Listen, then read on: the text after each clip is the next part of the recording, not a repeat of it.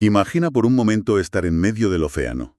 Haces el esfuerzo justo, moviendo los brazos y las piernas frenéticamente, solo para mantener la cabeza fuera del agua. Buf, qué angustia. Ya te digo. O sea, no te estás hundiendo, pero desde luego no estás nadando hacia ninguna orilla. Gastas muchísima energía simplemente para no desaparecer. Es un estado de pura agonía. A ver, una suspensión en la que, pues, cada movimiento sirve únicamente para contrarrestar el peso que te empuja hacia el fondo. Aguantar la respiración y rezar para que no llegue una ola un poco más alta de lo normal. Exacto, exacto.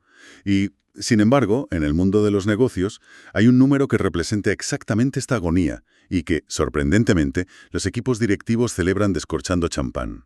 Me refiero al punto de equilibrio. Vale, vamos a desglosar esto, porque ¿por qué celebramos ahogarnos lentamente? Es una locura si lo piensas. Totalmente. Hoy tenemos sobre la mesa una montaña de apuntes de cátedra, libros de texto clásicos de finanzas corporativas y transcripciones de expertos. Y el objetivo de este análisis, de esta especie de mentoría ejecutiva para estudiantes y profesionales, es entender el por qué estratégico. O sea, no solo el cómo matemático, sino la estrategia detrás de la supervivencia y el crecimiento empresarial. Es que esa es la gran paradoja que recogen todas estas fuentes. Y para resolverla, tenemos que empezar por corregir un problema de percepción fundamental sobre qué es exactamente lo que estamos calculando en una hoja de cálculo. Claro, el concepto base. Eso es. El problema empieza con la propia nomenclatura que nos enseñan. El término clásico punto de equilibrio es casi engañoso. Suena a paz. Suena a una meta deseable, armónica, un lugar zen donde las curvas de ingresos y gastos se cruzan y todo está en perfecto orden. Suena a ser yoga financiero, francamente. Como si hubieras alcanzado la iluminación en la cuenta de resultados. Totalmente. Pero, a ver, en la realidad operativa y comercial se parece mucho más a su término en inglés, el break-even point, que podríamos traducir mejor y de forma mucho más cruda como un punto de quiebre. Un punto de quiebre me gusta más. Sí, porque es la línea mínima de supervivencia. Si el beneficio operativo, lo que en finanzas llamamos el resultado de explotación, o EBIT, es exactamente igual a cero, la empresa apenas respira. Ha cubierto sus costes fijos y variables, sí, pero el esfuerzo titánico de abrir las puertas cada día no ha generado ni un solo céntimo de riqueza nueva. Volvemos a la analogía de flotar en el océano. O sea, resulta agotador pensar que hacer que una empresa funcione requiere tanto esfuerzo, tanta gestión de personal, de proveedores, de clientes, para al final del mes ver un cero absoluto en el beneficio operativo. Es desolador, la verdad. Celebrar que has llegado a cero es conformarse con llegar a la línea de salida, no a la línea de meta. Lo fascinante aquí es que el verdadero valor estratégico de este cálculo no es servir como un trofeo. Las fuentes académicas insisten en que es, en realidad, un mapa térmico. Un mapa térmico. A ver, explícame eso. Pues que trazar esa línea te permite fijar fronteras de riesgo. Le dice a la dirección algo así como, a partir de este volumen exacto de ventas, cada unidad adicional empieza a generar beneficios reales. Ah, vale. Sirve para fijar precios con lógica, para evaluar si un nuevo proyecto tecnológico puede resistir una caída en las ventas y, sobre todo, para entender qué margen de maniobra existe antes de entrar en la zona de peligro mortal. O sea, es como saber exactamente dónde está el borde del precipicio, para poder caminar con seguridad cerca de él, en lugar de caminar a ciegas esperando no caer. Claro. Exactamente. Esa es la idea. Pero claro, si el punto de equilibrio económico es solo no ahogarse, ¿cómo se mide realmente la seguridad y el éxito de un proyecto? Porque al revisar los apuntes, me ha quedado clarísimo que pasar de una visión plana del riesgo a una visión tridimensional lo cambia absolutamente todo. Totalmente. Hay tres capas progresivas de supervivencia que toda mente financiera debe conocer al dedillo. Exactamente. Es una evolución vital en la forma de entender la contabilidad y el riesgo. La primera capa es la supervivencia más inmediata y visceral. Es lo que los textos llaman el punto de cierre o el punto de equilibrio de caja. Aquí el cálculo es brutalmente pragmático. Se excluyen todos los costes no erogables. Espera. Para poner esto en la tierra, ¿qué es exactamente un coste no erogable en el día a día? A ver, son gastos que existen en la contabilidad, como la amortización de una furgoneta de reparto o la depreciación de unos ordenadores, pero que no te exigen hacer una transferencia bancaria hoy. Ya, el dinero no sale del banco. Dinero por ese desgaste. Por lo tanto, este punto de cierre responde a la pregunta más urgente y aterradora de un negocio. ¿Cuál es el mínimo absoluto que debo vender esta misma semana para pagar las nóminas, la luz y los proveedores urgentes y no tener que cerrar la persiana mañana? Madre mía, es el modo pánico total. Sobrevivir a esta semana o a este mes. Simplemente mantener la sangre circulando. Eso es el soporte vital. Luego, bueno, si logras salir de ahí, pasas a la segunda capa, que es el famoso punto de equilibrio económico o contable del que hablábamos al principio. Donde el EBIT es cero, ¿no? Exacto. Aquí ya se cubren todos los costes operativos y contables, incluidas esas amortizaciones de la furgoneta, cumples con todas las reglas de la contabilidad tradicional, proteges el valor de reposición de tus activos para el futuro, pero el beneficio neto para el bolsillo del dueño sigue siendo nulo. Aquí es donde se pone realmente interesante. Porque, leyendo estas conferencias, me vino a la mente una imagen muy clara. Conformarse con esta segunda capa, o sea, con solo cubrir los costes contables, es como pagar únicamente el pago mínimo de la tarjeta de crédito todos los meses. ¡Ostras, qué buena analogía! Es que, según el papel, parece que estás cumpliendo. El banco no te llama por teléfono enfadado, pero bajo la superficie, la inflación, los intereses y el coste de oportunidad te están devorando vivo. Así que te pregunto, ¿es posible que cumplir perfectamente con la contabilidad, tener un beneficio de cero, pueda en realidad destruir valor en términos de capital? Si conectamos esto con el panorama general de las finanzas corporativas, la respuesta es un rotundo sí. Y esa es la revelación que suele golpear fuerte a quienes estudian estas materias. Cumplir con la contabilidad no basta. Ya, se queda corto. Aquí entra la tercera capa, la definitiva, el punto de equilibrio financiero. Este es el verdadero objetivo de la creación de valor porque introduce un factor que la contabilidad básica ignora por completo. ¿Qué es? El valor temporal del dinero y el coste del capital, lo que técnicamente se conoce como el WAC. Vale, detengámonos ahí un segundo porque WAC suena a término que memorizas para un examen y olvidas al día siguiente en cuanto entregas el papel. Ya suele pasar. Si bajamos el WAC al mundo real, esto no es solo un número en un libro. Esto es el banco exigiendo su 5% por el préstamo que te dio y los accionistas exigiendo un 10% por haber arriesgado su dinero en tu idea en lugar de meterlo en bolsa, ¿verdad? Es decir, el dinero tiene un reloj que hace tic-tac. Es la definición perfecta. El capital nunca, jamás, es gratis. Tiene un peaje. Si una empresa se queda crónicamente en el equilibrio económico, es decir, beneficio cero, en un escenario sin crecimiento, el valor actual neto, el famoso VAN, del proyecto será negativo. ¿Por qué negativo? Porque el dinero que entra en la caja apenas cubrirá el desgaste de los equipos, pero no compensará ese reloj que hace tic-tac del que hablabas. No pagará el coste de oportunidad de los accionistas. Con el paso de los años, esa empresa, que parece sana porque no tiene pérdidas contables, está destruyendo riqueza a un ritmo constante. Buf, es un cambio de paradigma brutal. O sea, pasar de no tener pérdidas contables a no destruir riqueza financiera. Hablamos de una empresa zombie, básicamente. Totalmente zombie. Pero claro, la teoría es preciosa. Ya sabemos a qué capa de seguridad apuntar, queremos el equilibrio financiero. El verdadero problema que exponen las fuentes viene cuando intentamos arrastrar estas ecuaciones perfectas de los libros de texto al barro y al caos de la realidad comercial diaria. Claro, el choque frontal entre la teoría matemática y la calle. Las fórmulas del punto de equilibrio son muy elegantes, pero, asumen un universo paralelo que no existe. Ya te digo. Asumen, por ejemplo, que los precios de venta son constantes sin importar si vendes 10 o 10.000 unidades. Asumen que la eficiencia de los trabajadores o de las máquinas no varía jamás y que la mezcla de productos que compran los clientes es siempre exactamente la misma mes tras mes. Lo cual no ocurre casi nunca en la vida real. Y aquí las fuentes hacen mucho hincapié en el tema de la sensibilidad.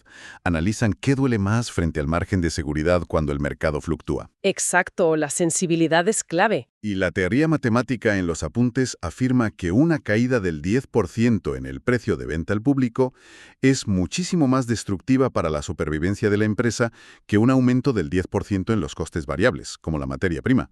Pero espera, eso no me cuadra intuitivamente. No. No, porque un 10% es un 10%. Si mi proveedor me sube la materia prima un 10%, o si yo tengo que hacer un descuento del 10% en el precio final para poder vender, el impacto en mi bolsillo debería ser exactamente el mismo, ¿no? Demuéstramelo. Entiendo la duda, porque a primera vista parece contradictorio, sí, pero vamos a hacer la matemática de forma conversacional. Imagina que vendes un producto a 100 euros y fabricarlo, tu coste variable, te cuesta 60 euros. Te quedan 40 euros limpios. Vale. Esos 40 euros son tu margen de contribución, el dinero que usas para pagar el alquiler y los sueldos fijos. Vale. Vendo a 100, me cuesta 60, me quedan 40. Te sigo. Bien. Escenario A. Tu proveedor te sube el coste variable un 10%. Pasa de 60 a 66 euros. Sigues vendiendo a 100, así que ahora te quedan 34 euros.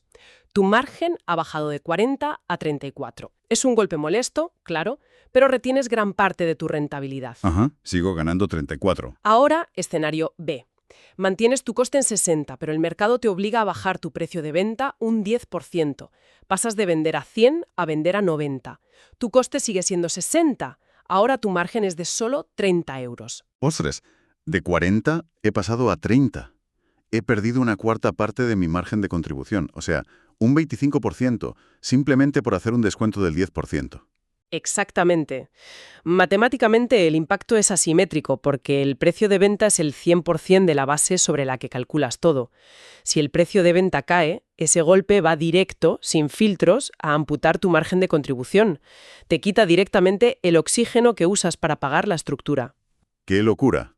En cambio, si sube el coste variable, el impacto se aplica solo sobre una fracción del precio. La lección estratégica aquí es clara. Defender el precio de venta a capa y espada es vital para mantener la línea de supervivencia.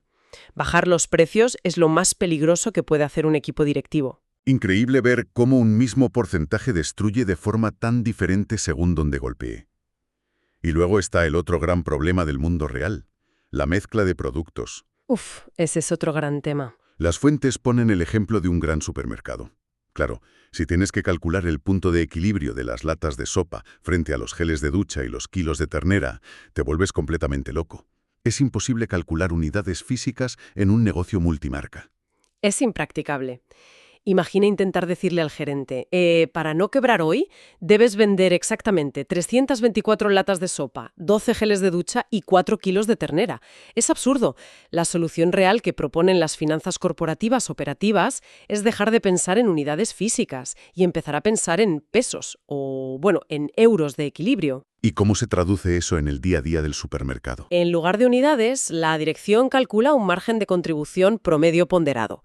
Es decir, analizan el histórico y determinan que de cada euro que entra por la caja del supermercado, independientemente de lo que haya en el carrito del cliente, quedan limpios en promedio 25 céntimos para cubrir la estructura fija. ¿Vale? ¿Un 25% de margen promedio? Eso es. Y una vez que sabes que tu margen promedio es del 25%, el cálculo es trivial. Si tus costes fijos de alquiler y personal son 100.000 euros, divides esos 100 entre 0,25 y sabes que necesitas facturar 400.000 euros al mes en total. Da igual si es en sopa o en gel. Estás vendiendo dinero, facturación pura, no productos físicos. Ahora, escuchando todo esto, no puedo evitar hacer de abogado del diablo. Acabamos de demostrar que usar una fórmula lineal requiere promedios, asume precios constantes, que acabamos de ver que son letalmente sensibles, y simplifica la mezcla de ventas. Ajá. Usar esto en un entorno dinámico y caótico como el mercado actual, francamente, me parece como usar un mapa de papel de hace 10 años en la era del GPS en tiempo real. Si la fórmula tiene tantas fallas teóricas y requiere simplificaciones tan brutales, ¿por qué demonios los inversores y los dueños de negocios la siguen exigiendo en absolutamente cada informe de viabilidad?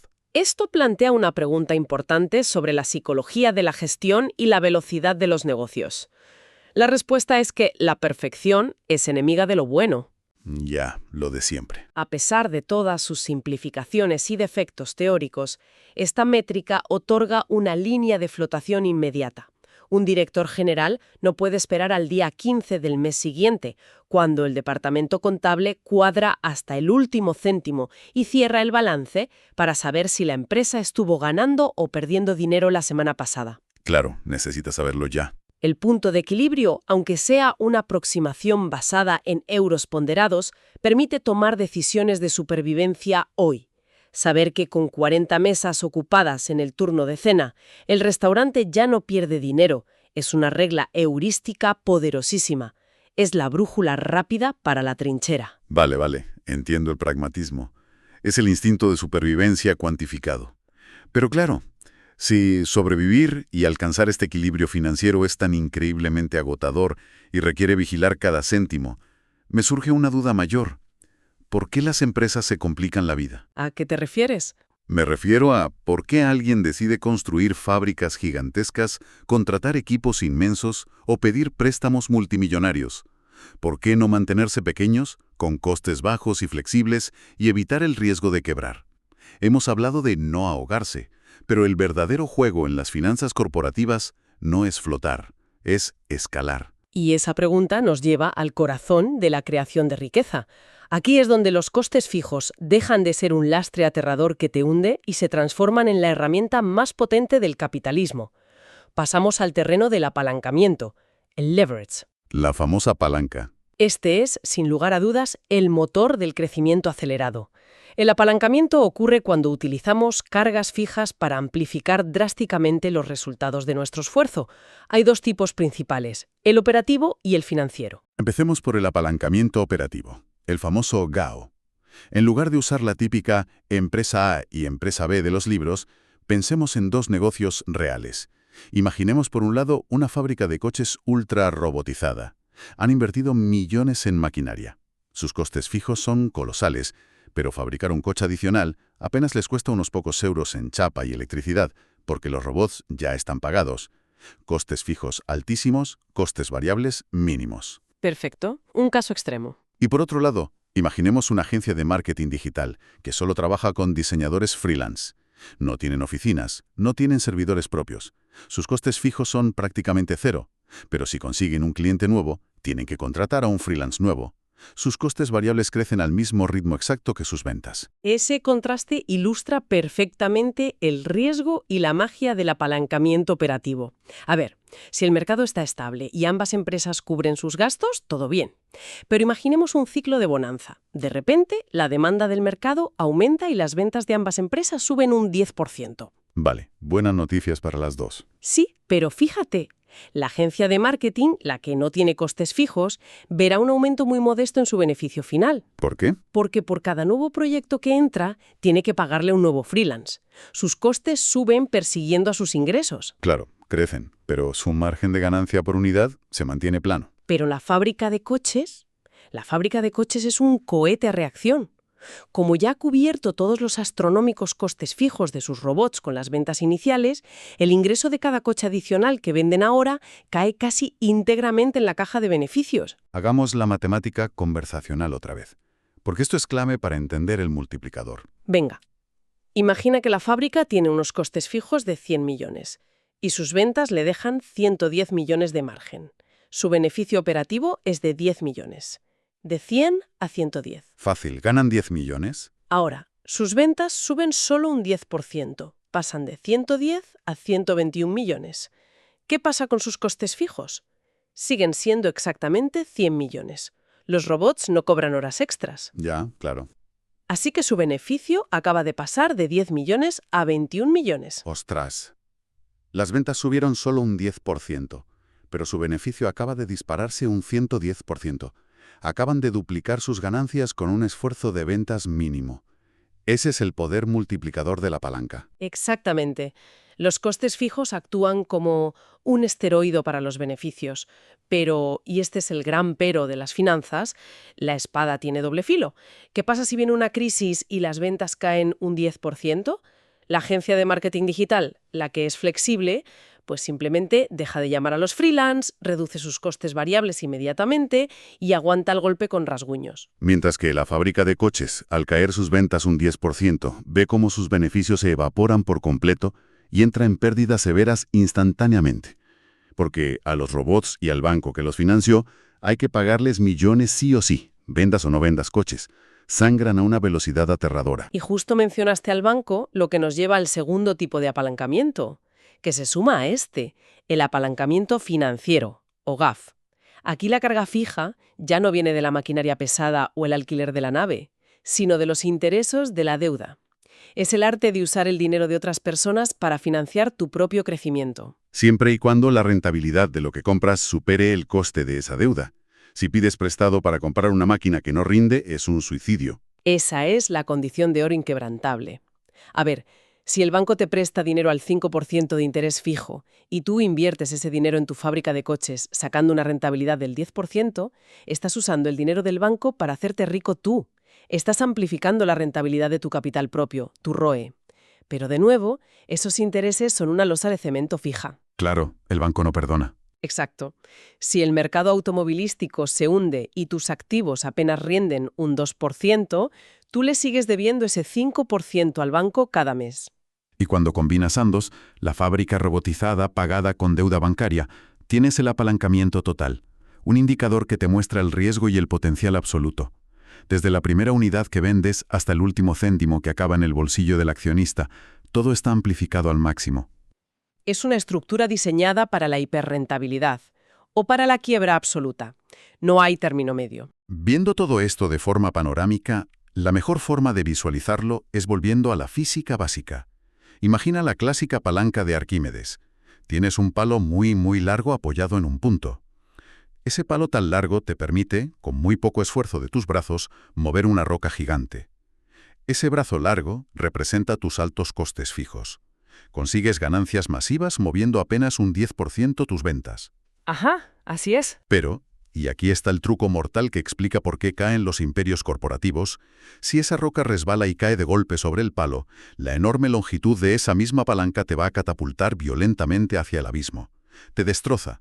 Es el riesgo de quiebra inminente. Es una imagen mental perfecta para cualquier estudiante de finanzas. Subraya el concepto dual del riesgo corporativo. No existe la rentabilidad acelerada sin una exposición brutal. Quien elige estructurar una empresa con altos costes fijos, apostando por tecnología punta, o quien decide tomar mucha deuda bancaria para expandirse rápido, está eligiendo de forma absolutamente consciente un perfil de alto riesgo y alta recompensa. Está comprando una palanca más larga para mover el mundo, sabiendo que esa palanca le puede golpear de vuelta. Y saber en qué momento exacto usar esa palanca y en qué momento soltarla es lo que separa a los simples administradores, que solo rellenan hojas de cálculo, de los verdaderos estrategas financieros. Ha sido un viaje intelectualmente muy intenso en el análisis de las fuentes de hoy. Sin duda, hemos cubierto los pilares fundamentales de la supervivencia corporativa. Para recapitular rápidamente esta mentoría ejecutiva para quienes nos escuchan, hemos empezado deconstruyendo la trampa mental del equilibrio, dejando claro que no es una meta deseable, sino una línea mínima de supervivencia, un punto de quiebre absoluto. Que no es poco. Luego atravesamos las 3 capas de la seguridad financiera, entendiendo que conformarse solo con el equilibrio contable es una ilusión que puede destruir valor a largo plazo si no apuntamos al equilibrio financiero real, a ese BAM positivo que remunera el coste de oportunidad del dinero. Después, tuvimos que adaptar esa visión matemática inmaculada al barro del mundo real. Hablamos de la letal sensibilidad de los precios frente a los costes variables y de cómo un negocio con miles de referencias como un supermercado sobrevive calculando márgenes promedio y euros de equilibrio en lugar de contar latas de sopa. Y finalmente, desvelamos el motor oculto de la riqueza, el arma de doble filo que es el apalancamiento, comprendiendo cómo los costes fijos, ya sean operativos a través de maquinaria o financieros a través de deuda bancaria, son el verdadero multiplicador del crecimiento, pero a la vez el mayor riesgo de acabar en la quiebra si las ventas estornudan. El objetivo de esta inversión profunda no era memorizar 3 fórmulas de un libro, sino transformar desde los cimientos la forma en la que se estructuran y se piensan las empresas reales. Entender el porqué estratégico que late detrás de cada número frío. Y creo que, con esta perspectiva tridimensional, cualquier decisión financiera futura adquiere un nuevo nivel de profundidad. Totalmente. Así que, para terminar esta sesión, queremos dejar a todos los alumnos, estudiantes de finanzas y profesionales con una semilla estratégica obligatoria para que la debatan en sus propios análisis de viabilidad, sabiendo todo lo que implica la balanza del riesgo y la recompensa matemática. ¿Prefieres una estructura de costos flexible, con poco margen, o una estructura rígida pero altamente potente?